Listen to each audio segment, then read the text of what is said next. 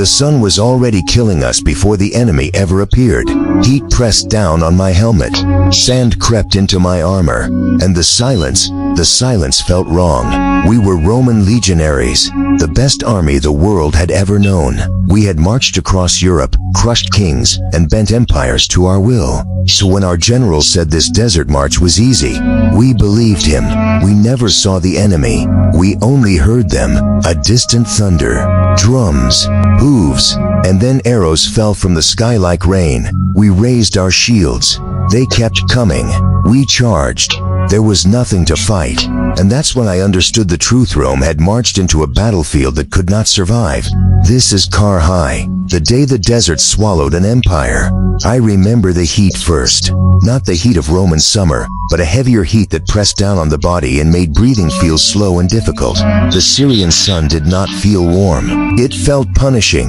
We had been marching east for weeks, farther than any Roman army had ever gone. We passed the last familiar towns and the last places where Latin meant anything. Beyond that, there was only open land and silence. No one was afraid. We were Roman soldiers, and we believed Rome could not lose. I was a legionary serving under Marcus Licinius Crassus, one of the most powerful men in the Republic. He was rich beyond measure and famous for crushing the slave rebellion of Spartacus. When Crassus said this campaign would bring glory and wealth to Rome, we believed him. Our enemy was the Parthian Empire. We were told they were not real soldiers. They had no heavy infantry, no discipline, no formations, only horsemen and archers, traitors pretending to be warriors. Crassus said they had never faced Roman legions. We believed him. The land near the city of Carrhae was flat and endless. There were no hills, no trees, and no cover. Just dust, sky, and open ground. Our officers said this terrain favored Rome. They said the enemy would have nowhere to hide. That should have worried us. Instead, it reassured us. Crassus rode past the ranks, confident and calm. His armor shined in the sun. He spoke about victory and honor, about how this campaign would place his name beside Caesar and Pompey forever. Some soldiers cheered, others stayed silent. I noticed the veterans, men who had fought in Gaul and Spain. They did not celebrate. They watched the horizon carefully and held their shields tight. One of them spoke quietly near me. He said that wars do not begin like this. I did not understand what he meant. That morning, the horizon was empty. There were no banners, no formations, no enemy in sight. Then we heard a sound. It was not shouting or horns. It sounded like distant thunder. The ground began to vibrate beneath our feet. Crassus ordered the army to form up. Still, nothing was visible. The sound grew louder. Then shapes appeared on the horizon. They were moving fast, too fast. Thousands of horsemen emerged from the distance. They wore armor that covered their bodies in metal masks that reflected the sunlight. They did not slow down. They did not charge directly. They spread out. They surrounded us. That was the moment I realized something was wrong. The Parthians were not afraid. They were calm. They were not attacking. They were hunting. I thought battles were decided by courage, by discipline, by steel against steel. I was wrong. At Carrhae, we never even reached the enemy. The sky killed us first. No walls, no ambush, no charge, just arrows that never stopped, and an army that refused to be caught. This isn't the story of how Rome lost a battle. It's the story of how Rome learned that some enemies don't fight you, they erase you. The sky begins to kill us. By midday, the heat became our first enemy. The sun pressed down on us like armor we couldn't remove. My mouth was dry. My lips were cracking. We had marched for hours across empty land, no trees, no hills, no shade, just flat desert. Then we saw them. At first, they looked like shadows on the horizon. Our shimmer, movement, dust. Someone laughed and said, "That's it? That's the Parthian army." They weren't standing in formation. They weren't advancing. They were circling us. The sound came next. Not the clash of shields. Not shouting. Drums. Low. Slow. Endless. The The ground vibrated beneath my feet as if the desert itself had a heartbeat. And then the arrows came. Not a volley, a storm. I raised my shield instinctively. The impact was unlike anything I had ever heard. A metallic rain hammering iron and flesh. An arrow plunged through the man beside me, through his mail, through his lung. We dropped without a sound. We tried to advance. They retreated. We stopped.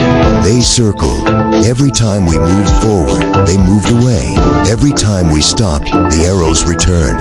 They never ran out. Crassus ordered us into testudo. Shields locked overhead. Shields locked on the sides. Normally, testudo meant survival. Here it meant suffocation. The heat trapped inside the formation. Sweat poured into my eyes. Men gasped for air, and the arrows kept coming. They punched through shields, through armor, through men. We couldn't strike back. We couldn't even see who was killing us. That's when I realized the truth. This wasn't a battle. It was geometry. They knew the distance of their bows. They knew the speed of our legs. They knew exactly where we couldn't reach them. We were infantry in an ocean of cavalry, and the ocean was endless. Then we heard it. A new sound. Heavier. Faster. Like thunder riding in the horizon. The Cataphracts. Armored head to toe, horse and rider feelist into steel. They charged not to break us, but to scare us, to force movement, to break formation.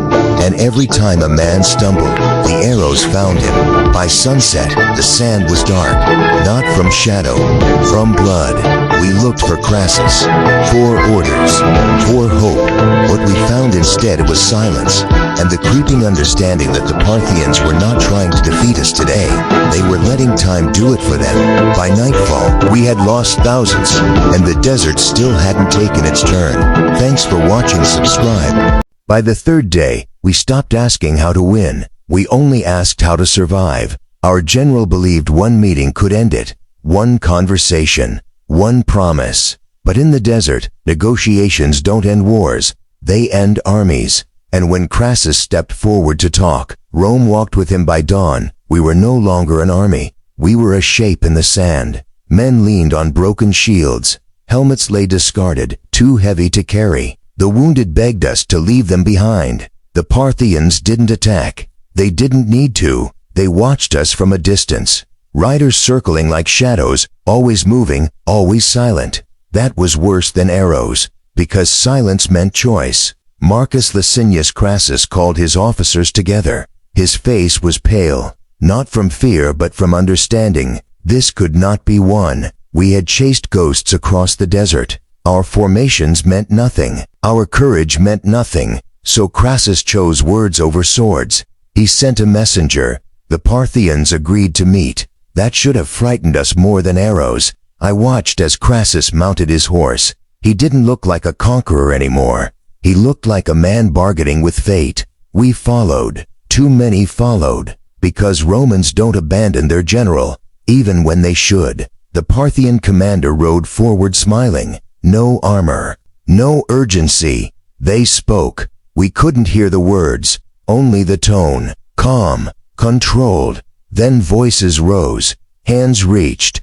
Someone grabbed the reins. And suddenly steel flashed. I don't know who struck first. History will argue. All I know is this: in seconds, the meeting became a massacre. Crassus was dragged from his horse. His guards were cut down, and we stood frozen, watching Rome die without a battle cry. When it was over, our general was gone. Not captured, not saved, gone. Some say he was killed there. Some say he was mocked. Some say gold was poured down his throat. None of it mattered. What mattered was this: we had no commander, no plan, no future. The Parthians returned to their horses. The arrows began again, and this time no one pretended we could escape. We didn't lose at Carrhae because we were weaker. We lost because Rome believed every war could be bought, and the desert proved that some debts are paid in blood. Thanks for your watching. Subscribe and watch other videos too. By now, we know something is wrong. The sun is sinking. The arrows haven't stopped. And the enemy isn't getting tired. This is the moment when Rome realizes the truth. We are not fighting an army. We are fighting a system designed to kill us slowly. This is the day Roman discipline meets its breaking point. I am exhausted. Not the kind of tired you fix with rest. This is the kind that creeps into your bones, where every breath feels borrowed. The Parthians have not stopped. Their arrows fall like rain, not in waves, not in charges, but constantly, relentlessly. Every time we raise our shields, another arrow finds a gap. Every time we advance, they retreat. Just far enough to stay safe, just close enough to keep killing. They are never where we strike. We finally understand the trick. They are not running out of arrows. Behind their lines, we see it now. Camels. Rows of them. Each one loaded with quivers. An endless supply. The sound we hear is not chaos. It is logistics. And Rome has never faced that before. Crassus orders us into formation. The testudo. Shields locked. Heads down. It's beautiful. Perfect. And useless. The arrows punch through shields. They bounce inside the formation. They hit the men we cannot move. We are protecting ourselves. By trapping ourselves. Men scream beneath the shields. Wounded men beg to be let out. But if we break formation, we die faster. Then comes the order. Cavalry forward. Publius Crassus' son leads the charge. He is young, brilliant, desperate to prove Rome still commands this battlefield. We watch him ride out. And for a moment, hope returns. The Parthians retreat. Again. Just like before. They pull Publius farther and farther away from us. We want to shout. We want to warn him. But dust, distance, and pride carry him forward. Then the Parthians stop retreating. They turn. All at once. We hear the horns. We see the encirclement. The horse archers surround Publius' cavalry like wolves. Arrows pour in. The Cataphracts charge. Steel on steel. Rome fights hard. Rome fights bravely. Rome loses. And from inside our formation, we hear something worse than screaming. Silence. The Roman army breaks inside. Not outwardly, but inwardly. We are still standing. Still armed. Still disciplined. But the belief is gone. The belief that Rome always wins. The belief that command knows what it's doing. The belief that this ends well. The sun is setting now. The arrows still fall. And I realize something terrifying. This battle is not about victory anymore. It is about survival. And the Parthians are not finished with us yet. Thanks for watching. Subscribe. We'll be back with the next episode. I am standing on Roman soil, and for the first time in my life, I know Rome has lost. Not the battle, not the day, Rome itself. Behind me lie tens of thousands of dead legionaries. Ahead of me waits an enemy that did not conquer us with strength, but with patience. This is the moment Crassus realizes the truth. You can lose everything, without ever losing a single battle. Night falls over the desert. The screaming has stopped. The arrows have stopped. The dust settles. And what remains is silence. I walk among the wounded. Men with arrows buried so deep they become part of the body. Men begging for water. Men begging to die. Crassus still lives, but his army does not. We have not been destroyed in one moment. We have been bled out slowly. At dawn, the Parthians return. Not charging, not shouting. They ride forward calmly, almost respectfully. Their general, Surena, sends word. Let us talk. Crassus hesitates. He knows what Rome expects of him. He knows what history will do to him if he refuses. But he also knows this. If we fight again, no one survives. I watch Crassus walk forward, not as a general, not as a conqueror, but as a man carrying the weight of an empire. The Parthians smile. They offer peace. They offer safe passage. They offer terms. But this is not negotiation. This is theater. Something goes wrong. Words are exchanged. Hands are raised. Steel flashes. In the chaos, Crassus is grabbed. There is shouting. There is confusion. Then silence. When the dust clears, Crassus is dead. Rome's richest man. Rome's most powerful politician. Killed not in battle, but in a failed handshake. The Parthians do something cruel. They cut off his head. They pour molten gold into his mouth. A message. You wanted wealth. Now you have it. What remains of the Roman army retreats? Not marching, not singing, running. Those captured are not killed. They are sent east, never to return. Roman soldiers become shadows on the edge of the world. When news reaches Rome, the city freezes.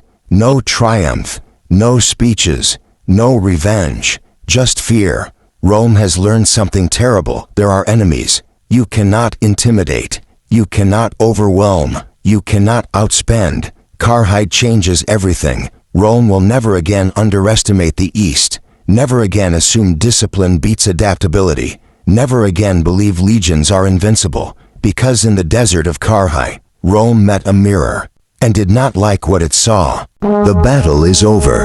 The dead are buried. The desert has moved on, but Rome hasn't, because some defeats don't end when the fighting stops.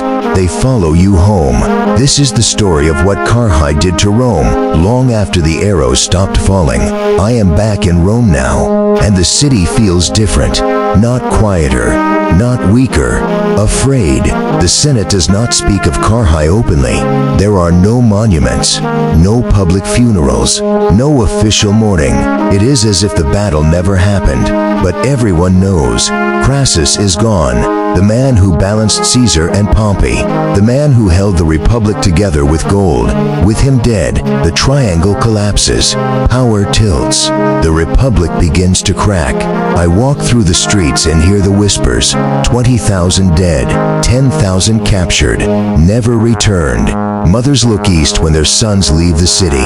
Fathers say nothing. Rome had believed something sacred, that discipline always beats chaos, that legions always adapt, that Rome always wins eventually. Carrhae shattered that belief.